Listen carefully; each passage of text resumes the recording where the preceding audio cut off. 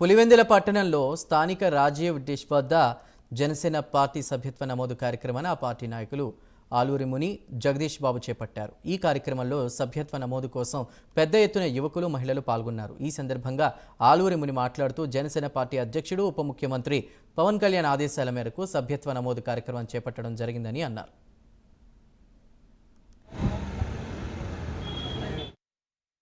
ఉప ముఖ్యమంత్రి పవన్ కళ్యాణ్ గారు ఆదేశాల మేరకు కడప జిల్లా పులివెందుల నియోజకవర్గం నుంచి సభ్యత్వ కార్యక్రమం ఇవాళ